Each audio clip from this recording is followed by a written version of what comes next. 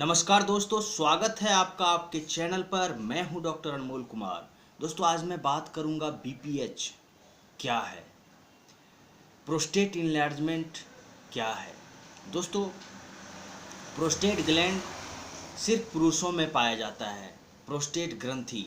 और प्रोस्टेट ग्रंथि में जब वृद्धि हो जाती है तो हम उसे बीपीएच कहते हैं, बेनाइन प्रोस्टेटिक हाइपरप्लेसिया, या फिर प्रोस्टेटोमेगली भी कहते हैं। दोस्तों, प्रोस्टेट ग्रंथि का वृद्धि हो जाना यह कैंसर नहीं होता है। आमतौर पर कई लोग बॉडी में अगर कहीं पर ट्यूमर हो जाता है या इस तरह के कुछ सिस्ट बन जाते हैं तो वो उसे कैंसरस समझ लेते हैं, लेकिन ऐसा नहीं होता है। दोस्तों, बेनाइन होता है, जो कि एक सिस्ट फॉर्म में या फिर ग्रोथ ऑफ सेल्स दोस्तों जो होता है, जो ट्यूमर हो जाता है वो ट्यूमर है, वो कैंसर नहीं है। लेकिन यहाँ पर बीपीएच में बेनाइन प्रोस्टेटिक हाइपरप्लेसिया के बारे में बात कर रहा हूँ कि प्रोस्टेट ग्लैंड में जो वृद्धि हो जाती है यह आमतौर पर दोस्तों कैंसरस नहीं होता है। और अगर आप इसे कई महीनों कई सालों तक अगर आप इसका इलाज नहीं कराते हैं और आप अपने दिक्कत को छिपाए फिर रहे हैं तो दोस्तों वह बाद में कैंसरस हो सकता है, जिसे हम लोग प्रोस्टेट कैंसर के रूप में भी जानते हैं। मुख्य रूप से दोस्तों बेनाइन प्रोस्टेटिक हाइपरप्लेसिया, जिसे हम लोग बीपीएच भी कहते हैं, यह प्रोस्टेट ग्रंथि की वृद्धि होती है। और यहाँ पर दोस्तों इसका जो मुख्य कारण है वो है ओल्ड एज के साथ। आप 40-50 के उम्र में जब पहुँच जाते हैं पुरुष, तो उनमें प्रोस्टेट ग्लैंड की वृद्धि देखी जाती है। दोस्तों, यहाँ पर होता यह है कि जो हमारा उम्र बढ़ता है हमारा टेस्टोस्टेरोन लेवल डाउन होता चला जाता है, हमारे टेस्टोस्टेरोन लेवल में कमी आ जाती है। और टेस्टोस्टेरोन लेवल में जब कमी आती है तो एक हार्मोन होता है दोस्तों, DHT, डायहाइड्रोटेस्टोस्टेरोन, जो कि प्रोस्टेट ग्रंथि की वृद्धि के लिए रिस्पॉन्सिबल होता है और उसके ग्रोथ में यह मददगार हार्मोन होता है DHT। जब आपके शरीर में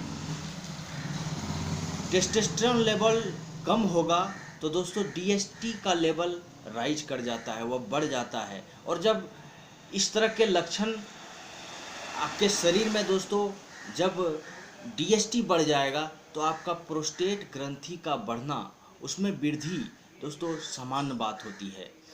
तो दोस्तों ये था इसका कारण कि प्रोस्टेट ग्लैंड क्यों बढ़ता है।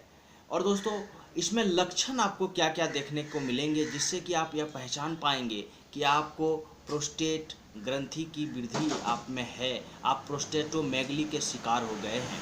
दोस्तों, इसमें जो पहला लक्षण है वो है यूरिन रिटेंशन। पेशाब आपका खुलकर नहीं होगा, पेशाब करने में आपको तकलीफ होगी, पेशाब बूंद बूंद आएगा। और दोस्तों अगला इसमें लक्षण हो जाता है यूरिनरी अर्जेंसी की। आप देखते क्या है कि आपका यूरिनरी ब्लैडर पूर्ण रूप से खाली नहीं हो पाता है, जिसके कारण आपको बार बार पेशाब जाने की इच्छा होती है और आप बार बार पेशाब करते भी हैं, क्योंकि पेशाब कई दफ़ा बूंद बूंद आता है। और दोस्तों यह अर्जेंसी आप में बनी रहती है। अगला जो इसमें लक्षण होता है कि पेशाब का आपका यूरिनरी ब्लैडर का खाली न होना यूटीआई इन्फेक्शन को आमंत्रण देता है। दोस्तों इससे एक लक्षण यह भी होगा कि यूटीआई, फ्रीक्वेंट यूटीआई आपको होंगे, यूरिनरी ट्रैक्ट इन्फेक्शन आप में बार बार देखने को मिलेंगे। यह प्रोस्टेट ग्रंथि के वृद्धि के कारण होता है, क्योंकि प्रोस्टेट ग्रंथि के वृद्धि के कारण आपका यूरेथ्रा जो है दोस्तों, उसका जो पैसेज है, पेशाब निकलने का जो रास्ता है, वो सिकुड़ जाता है। और ये सिकुड़न आपको पेशाब में तकलीफ़ पैदा करता है, आपका पेशाब बूंद बूंद आता है। और दोस्तों इसमें एक और लक्षण आप देखते हैं कि वृद्ध पुरुषों में यह कई बार होता है, यूरिनरी इनकंटिनेंस। उनका दोस्तों अचानक से पेशाब बाहर निकल जाता है और उन्हें आभास तक नहीं होता है। ये भी प्रोस्टेट ग्लैंड के वृद्धि का लक्षण है। और दोस्तों एक और जो सबसे सीवियर बात है वो है कि अगर आपका प्रोस्टेटोमेगली बहुत पुराना हो जाएगा तो वहाँ पर किडनी डैमेज की भी संभावना होती है। दोस्तों होम्योपैथी में कौन कौन सी दवा है जिसे लेकर के आप प्रोस्टेटोमेगली से, इनलार्जमेंट ऑफ प्रोस्टेट से प्रोस्टेट ग्रंथि की वृद्धि से बच सकते हैं। दोस्तों इसमें है सेबाल सेरुलेटा। सेबाल सेरुलेटा दोस्तों, या फिर आप 1x में लीजिए या फिर आप मदर टिंचर में लीजिए। आप सेबाल सेरुलेटा को क्यू पोटेंसी से शुरुआत करें।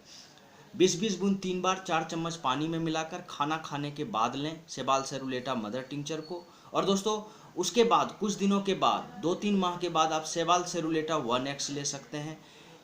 ये 1x जो है दोस्तों, ये 250 mg की इसकी एक टैबलेट है। आप 2-2 टैबलेट 3 बार ले सकते हैं खाना खाने के बाद।